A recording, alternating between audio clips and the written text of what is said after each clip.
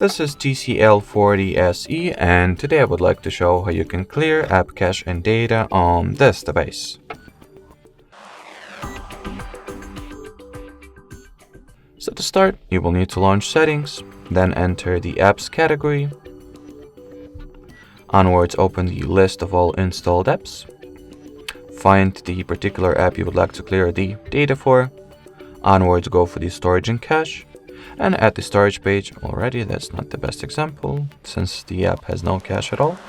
Let's see, Google Play Store. Yep, so once you've made it to the storage page, you can either clear only cache or remove all user data including cache by tapping at the clear data option and confirming your choice like that. And as you can see, both user data and cached data, or cached files, cached information, were successfully erased.